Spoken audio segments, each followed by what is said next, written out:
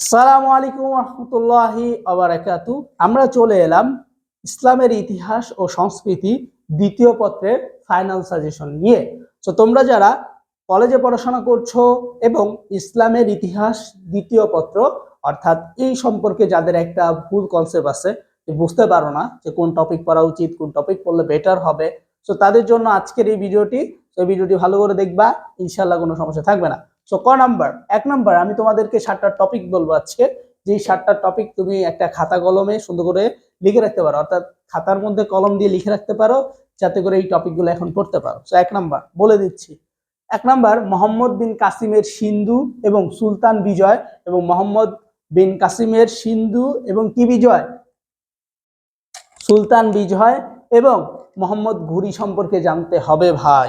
দুই নাম্বার গজনীর সুলতান মাহমুদ সম্পর্কে জানতে হবে, তার কৃতিত্ব, তার চরিত্র সম্পর্কে জানতে হবে।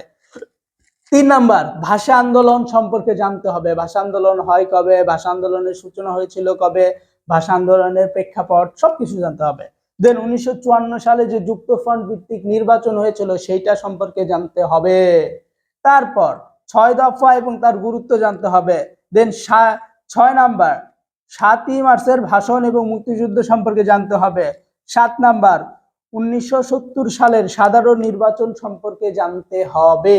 অর্থাৎ তুমি যদি ইসলামের ইতিহাস ও সংস্কৃতির দ্বিতীয় পত্রে A+ পেতে চাও, তাহলে অবশ্যই 7টা টপিক পড়তে হবে।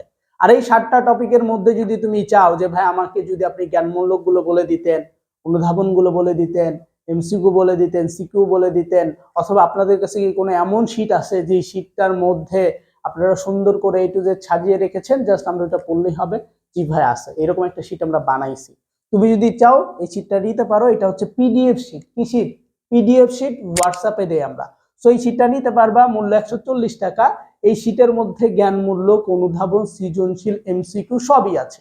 শুধু যে আমাদের এই সাবজেক্ট আছে এমনটা না, যে কোনো সাবজেক্ট তোমার লাগলে কমেন্টে বলতে পারবা, অথবা আমাদের হোয়াটসঅ্যাপে, এই যে হোয়াটসঅ্যাপ নাম্বার 0181816273 নাম্বারে কল দিবা।